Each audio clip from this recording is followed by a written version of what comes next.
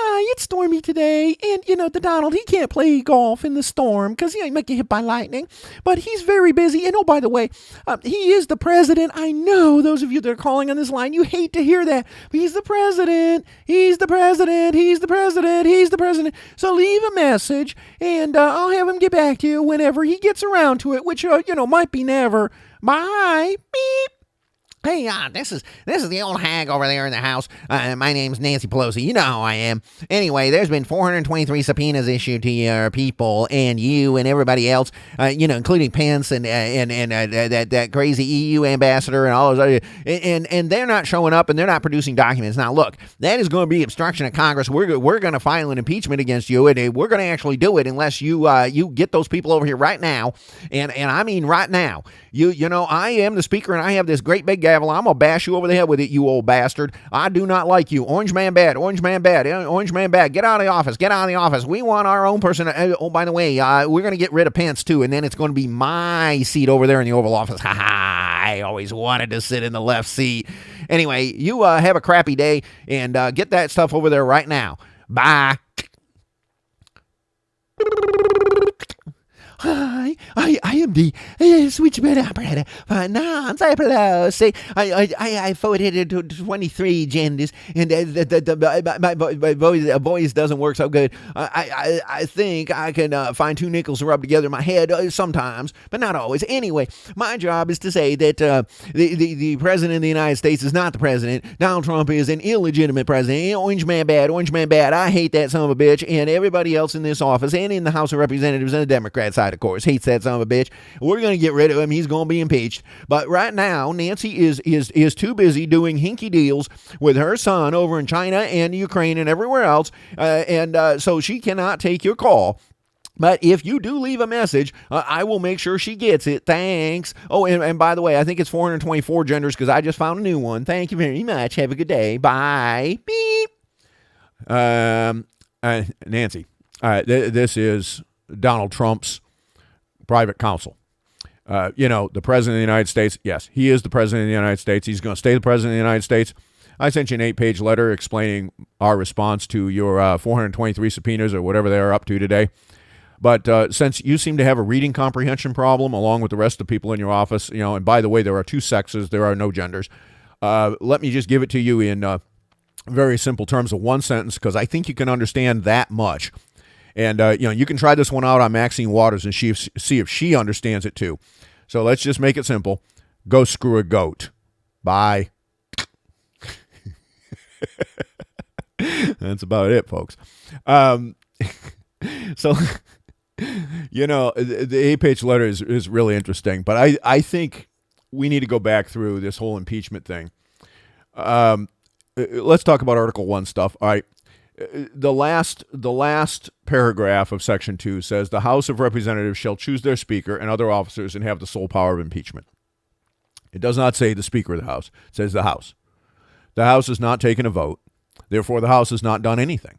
The House cannot act officially under Robert's rules without doing that.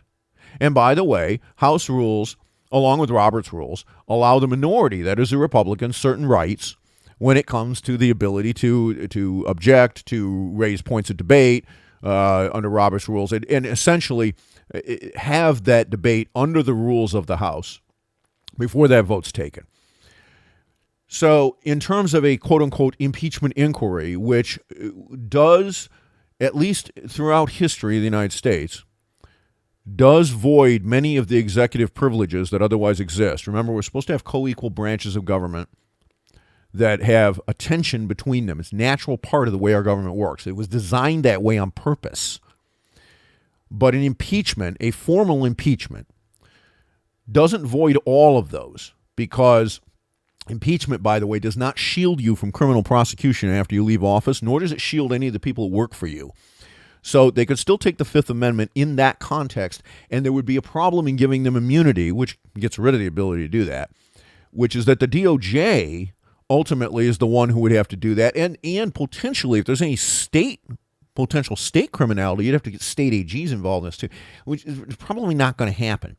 But short of that, for document production, things like this, there are a bunch of privileges related to the executive It's called executive privilege, and it's legitimate.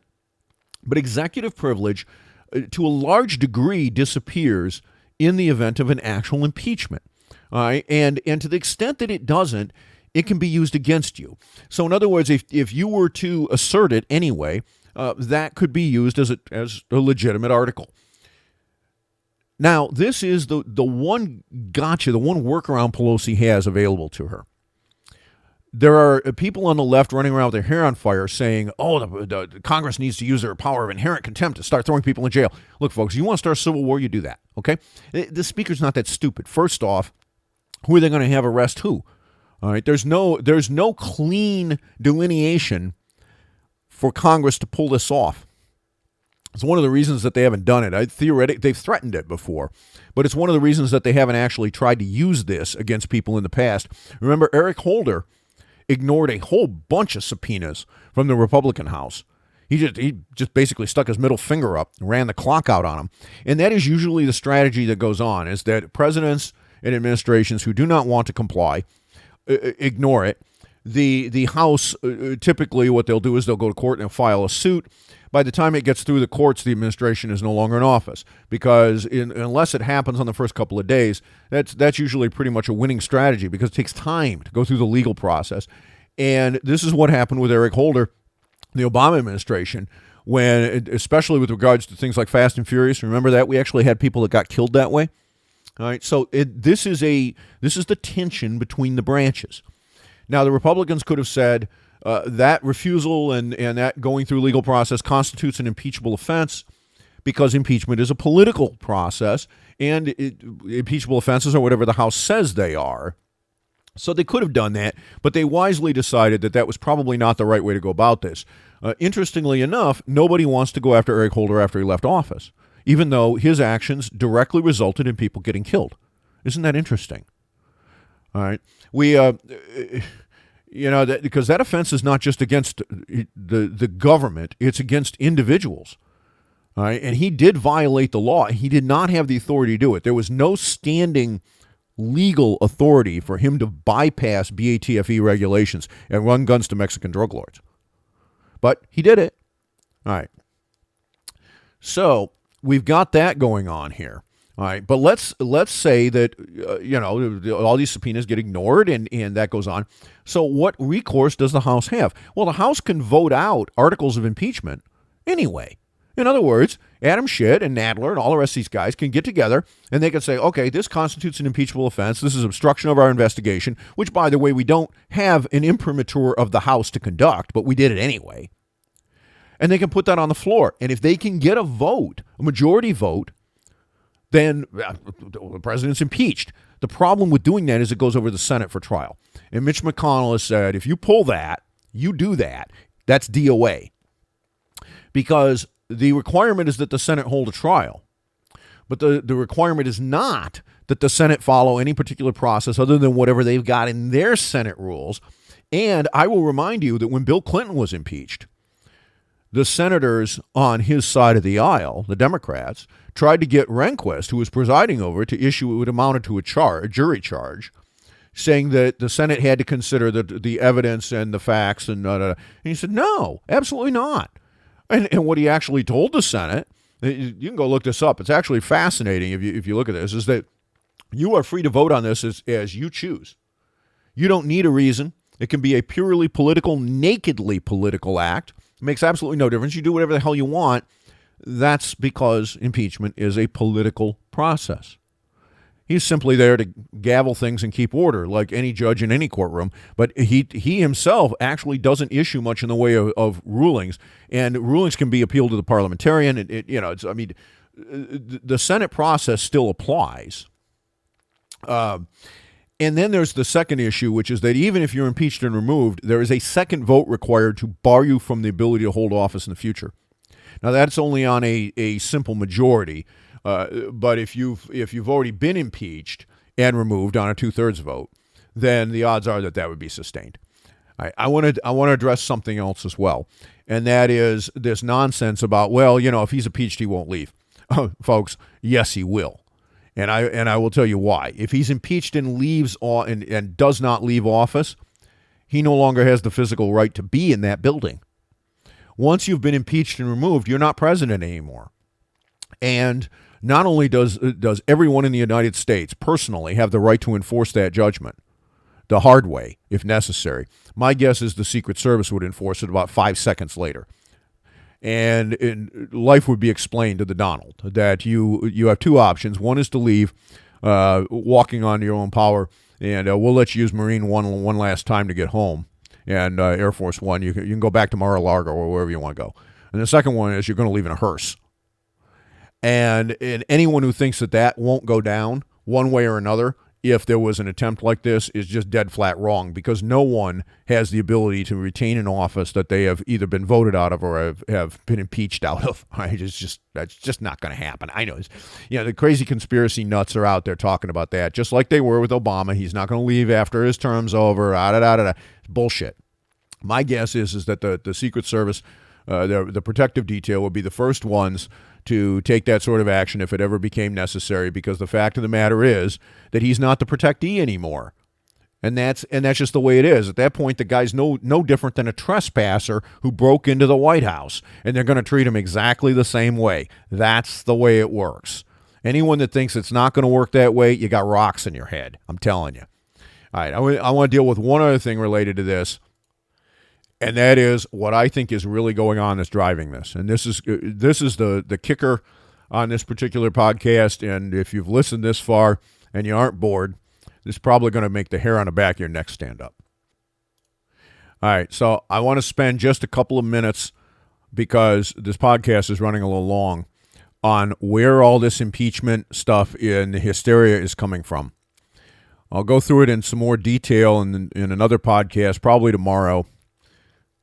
But it is sufficient to say that members of the administrative state, deep state is this nonsense game. It's another conspiracy theory. It's like the same one that the U.S. government blew up the buildings on 9/11. The plane crashes didn't cause the collapse. That's laughable beyond words. But there is an element of truth in it, in that those people were responsible for all of the corruption and scam, including the hijackers getting access into the United States. We've got a real problem here, folks, because this extends to all different parts of our government. It extends to the House. It extends to the judicial process, people that are being shielded, and to a large extent, up until Donald Trump was elected, it also extended to the executive. It is, I believe, part of what Barry Obama was told to do with regards to certain people in Foreign Service and the CIA during his time in office. And Trump has upset that apple cart, and it was obvious at the time of his election that he was going to do that.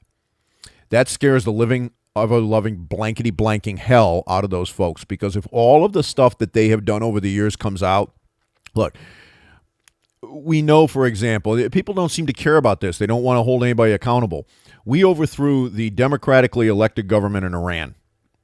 We did that.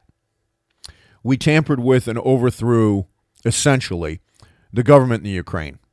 We did that. People within the State Department, people within the CIA, people within our foreign service did those things. These are not speculative claims. Particularly in the case of Iran, it's a fact. And we did it because the British government had one of their companies' assets over in Iran expropriated by the democratically elected government. It wasn't even our interest that was implicated. We were asked, and we did it. Britain has not admitted to this, but we've declassified the documents. So this is not speculation. And I'm going to go through a lot more of this in a follow-up. But as it stands today, just keep this in mind. Impeachment at this point is not just Orange Man bad because Orange Man is winning and is almost certain to win re-election just based on the economy at the present time, unless there is some kind of massive dump that occurs. It's not that at all. It's that Orange Man is not putting the people into those positions to protect what these people have done over the last 30, 40, 50 years and have continued to do up to the present day.